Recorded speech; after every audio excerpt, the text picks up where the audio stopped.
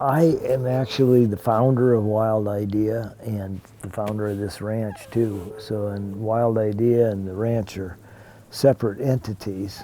Wild Idea is really the marketing side of it, and this is where the magic happens. Gosh, this started a long time ago.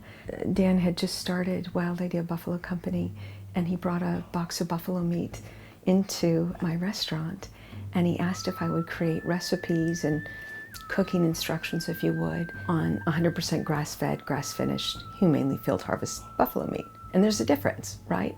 Which I was unaware of until I opened it up. Wild Idea is actually a meat company that came about really just as a need to market our own animals. And we did not want to ever send a buffalo to a commercial feedlot or to a commercial butcher. And so we really designed some ways to harvest buffalo right in the field where they've grown up, where they're comfortable, where they're not stressed at all. And that improves the meat quite a bit, actually. The hormones that are produced by fear and stress just don't exist with the way we do it, and it's kind of a unique idea, and that's Wild Idea. We think we get a superior product that way. We certainly are more humane that way. And we are humane certified, organic, and regenerative agriculture certified. We are different.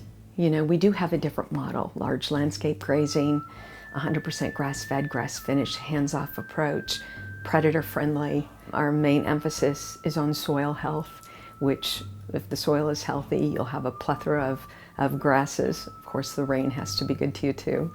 The mobile harvesting unit came about 30 years ago when I first started this deal. I wanted buffalo. I was pretty naive, and I went around and looked at buffalo in feedlots and buffalo in as they went into slaughter plants. And I said, I can't do that. That's just that's cruel. So I said, well, if I can't do that, how am I going to pay the bills? And so we sat down and designed a mobile unit, and then we figured out how to use it. The mobile unit's in our case, it's a 53-foot semi-trailer with a tractor, and we can pull right onto a ranch and set it up. Then we can go out. We have a pickup that's rigged just to do this. We go out with an inspector and we shoot an animal, bring it back to the harvester. It's winched in, and from that point on, it's like any other processing unit. We skin them, eviscerate them, and they're on a rail, and they go right into the cooler. And then we can take that whole truck. The truck will carry about 40 carcasses, and we can haul those right to a plant that does the cutting and wrapping. At that point, it's the same as any place else, but it's that point where the buffalo realizes that they are in a place they shouldn't be that really stresses them out. When you shoot them, we have really good guys that do the shooting and do all the handling of buffalo. That's just lights out. 90% of the ones that we harvest die with native grass in their mouth.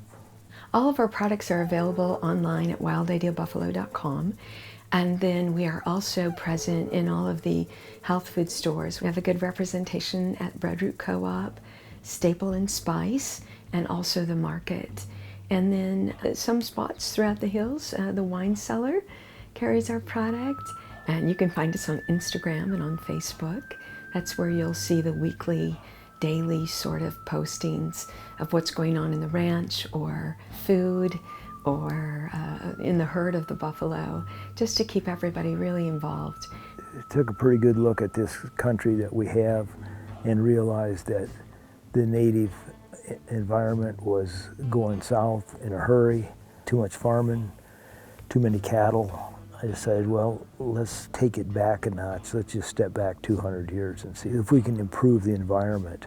And so I got a few buffalo, and one thing led to another, and it started to work. We find that we have more birds, more insect life, more general health by running buffalo, because the grass has evolved to run under the pressure of buffalo, not cattle. It certainly hasn't evolved to run under the pressure of agriculture, that is, cropping agriculture. And we find that the ranch is much more stable than it ever was. And it only makes sense this is the way it's supposed to be.